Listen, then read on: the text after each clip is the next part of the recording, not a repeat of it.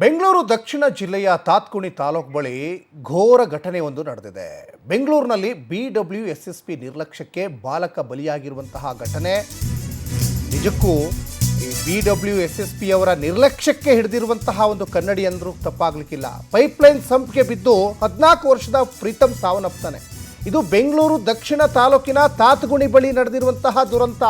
ಕಳೆದ 3 ದಿನಗಳ ಹಿಂದೆಯೇ ಬಾಲಕ ಕಾಣೆಯಾಗಿದ್ದ ಬಾಲಕನಿಗಾಗಿ ಕುಟುಂಬಸ್ಥರು ಹುಡುಕಾಟ ಮಾಡ್ತಾರೆ. ನೋಡಿ, 14 ವರ್ಷದ ಪ್ರೀತಮ್ ಬೆಂಗಳೂರು ದಕ್ಷಿಣ ತಾಲೂಕಿನ ತಾತ್ಕುಣಿ ಬಳಿ ಏನೀಗ ಸೊಂಪಿಗೆ ಬಿದ್ದು ಸಾವನ್ನಪ್ತಾನೆ. 3 ದಿನಗಳ ಹಿಂದೆಯೇ ಕಾಣೆಯಾಗಿದ್ದ ಬಾಲಕನಿಗೆ ಕುಟುಂಬಸ್ಥರು ಹುಡುಕಾಡ್ತಾರೆ. ಜಲಮಂಡಳಿ ಕಾಮಗಾರಿ ಸ್ಥಳದಲ್ಲಿ ದುರ್ವಾಸನೆ ಬಂದಿರುವ ಹಿನ್ನೆಲೆಯಲ್ಲಿ ದುರ್ವಾಸನೆ ಬಗ್ಗೆ ಪರಿಶೀಲಿಸಿದಾಗ ಮೃತದೇಹ ಪತ್ತೆಯಾಗುತ್ತೆ. ಜಲಮಂಡಳಿ ಚೇಂಬರ್ನಲ್ಲಿ ಮೃತದೇಹ ತೇಲ್ತಾ ಇತ್ತು. ಜಲಮಂಡಳಿ ವಿರುದ್ಧ ಕುಟುಂಬಸ್ಥರು ಆಕ್ರೋಶವನ್ನು ವ್ಯಕ್ತಪಡಿಸ್ತಾರೆ. ನೋಡಿ, ರಜನಿಕಾಂತ್ ಎಂಬುವವರ ಪುತ್ರ 14 ವರ್ಷದ ಪ್ರೀತಮ್ ದೃಶ್ಯಾವಳಿಯಲ್ಲಿ ಗಮನಿಸ್ತಾ ಇದ್ದೀರಾ.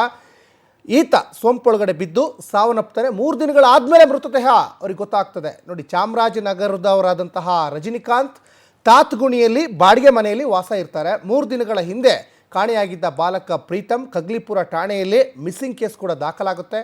ಕಾಮಗಾರಿ ಬಳಿಕವೂ ಸಂಪುಗಳನ್ನು ಮುಚ್ಚದೆ ಈ BWSSP ನಿರ್ಲಕ್ಷ್ಯವನ್ನು ವಹಿಸಿದ್ರು ಅನ್ನೋದು ಇಲ್ಲಿ ಸ್ಪಷ್ಟವಾಗಿ ಗೊತ್ತಾಗ್ತಾ ಇದೆ.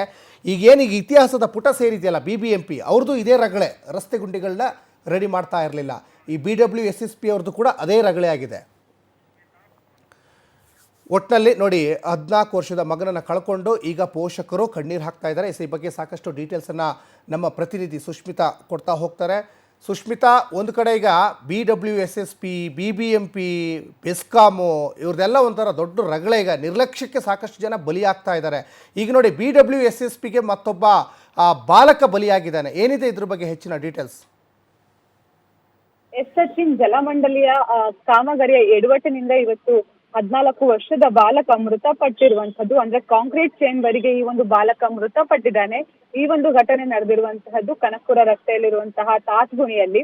ಸೊ ಈ ಒಂದು ಘಟನೆ ನಡೆಯುತ್ತೆ. ಅಂದ್ರೆ ಕಳೆದ 3 ದಿನದ ಹಿಂದೆ ಬಾಲಕ ಕಾಣೆ ಆಗಿರ್ತಾನೆ. ಬಾಲಕನಿಗಾಗಿ ಮನೆಯವರು ಸಾಕಷ್ಟು ಹುಡುಕಾಟವನ್ನು ಕೂಡ ನಡೆಸ್ತಾರೆ. ಜೊತೆಗೆ ಕಕಲಿಪುರ ಪೊಲೀಸ್ ಠಾಣೆಗೆ ಕೂಡ ಮಿಸ್ಸಿಂಗ್ ಕೇಸ್ ಅನ್ನು ಕೂಡ ದಾಖಲು ಮಾಡ್ತಾರೆ. ಆದ್ರೆ ಸತತವಾಗಿ ಹುಡುಕಿದಂತಹ ಪೋಷಕರಿಗೆ ಎಲ್ಲೂ ಕೂಡ ಬಾಲಕನ ಸುಳಿವು ಸಿಗೋದಿಲ್ಲ. ಆದ್ರೆ ನಿನ್ನೆ ಸಂಜೆಯ ಸುಮಾರಿಗೆ ಏನು ಜಲಮಂಡಲಿಯ ಕಾಮಗಾರಿ ಆಗ್ತಾ ಇತ್ತು, ಆ ಒಂದು ಜಾಗದಲ್ಲಿ ಕೆಟ್ಟ ದುರ್ವಾಸನೆ ಬರ್ತಾ ಇರುತ್ತೆ. ಆ ಒಂದು ಜಾಗಕ್ಕೆ ಹೋದಂತಹ ಸಂದರ್ಭದಲ್ಲಿ ಆ ಒಂದು ಏನು ಕಾಮಗಾರಿ ನಡೀತಾ ಇರುವಂತಹ ಚೇಂಬರ್ ಏನಿದೆ, ಸಂಪ್ ಏನಿದೆ, ಆ ಒಂದು ಸಂಪ್ನಲ್ಲಿ ಬಾಲಕನ ಶವ ತೇಲ್ತಾ ಇರುತ್ತೆ. ಇದನ್ನ ನೋಡಿ ಪೋಷಕರು ಕೂಡ ಒಂದ್ ರೀತಿಯಲ್ಲಿ ಗಾಬರಿ ಆಗ್ತಾರೆ. ಯಾಕಂತ ಹೇಳಿದ್ರೆ ಮಗ ಎಲ್ಲಿ ಹೋದ ಅಂತ ಹೇಳಿ ಯಾರಿಗೂ ಕೂಡ ಗೊತ್ತಿಲ್ಲ. ಅವನು ಯಾವೊಂದು ಅಂದ್ರೆ ಹೇಗೆ ಬಿದ್ದ ಅನ್ನೋದು ಕೂಡ ಯಾರಿಗೂ ಕೂಡ ಇನ್ನೂ ಕೂಡ ತಿಳಿದಿಲ್ಲ. ಸದ್ಯ ಈ ಒಂದು ಪ್ರಕರಣವನ್ನ ಕಗ್ಲಿಪುರ ಪೊಲೀಸ್ ಠಾಣೆಯಲ್ಲಿ ದಾಖಲು ಮಾಡ್ಕೊಳ್ಳಲಾಗಿದೆ. ಜೊತೆಗೆ ಇದರಲ್ಲಿ ಪೋಷಕರು ಹೇಳ್ತಾ ಇರುವಂತದ್ದು ನೇರವಾಗಿ ಜಲಮಂಡಲಿಯೇ ಈ ಒಂದು ಬಾಲಕನ ಸಾವಿಗೆ ಕಾರಣ ಅಂತ ಹೇಳಿ ಸ್ಥಳೀಯರು ಹಾಗೆ ಪೋಷಕರು ಕೂಡ ದೂರು ನೀಡ್ತಾ ಇರುವಂತದ್ದು. ಯಾಕಂತ ಹೇಳಿದ್ರೆ ಈ ಒಂದು ಕಾಮಗಾರಿ ಮುಗ್ದು ಸುಮಾರು ಸಮಯಗಳೇ ಕಳೆದಿದೆ. ಆದ್ರೂ ಕೂಡ ಆ ಒಂದು ಚೇಂಬರ್ ಅನ್ನ ಮುಚ್ಚುವಂತಹ ಕೆಲಸಕ್ಕೆ ಜಲಮಂಡಳಿಯವರು ಮುಂದಾಗಿರ್ಲಿಲ್ಲ. ಇವರ ನಿರ್ಲಕ್ಷ್ಯದಿಂದನೇ ಇವತ್ತು ಬಾಲಕನ ಸಾವಾಗಿದೆ ಅಂತ ಹೇಳಿ ಇವಾಗ ಪೋಷಕರು ಕೂಡ ಆಕ್ರೋಶವನ್ನ ಹೊರ ಹಾಕ್ತಾ ಇರುವಂತದ್ದು. ಸಚಿನ್, ಧನ್ಯವಾದ ಸುಷ್ಮಿತಾ ತಮ್ಮೆಲ್ಲ ಡೀಟೇಲ್ಸ್ಗಾಗಿ.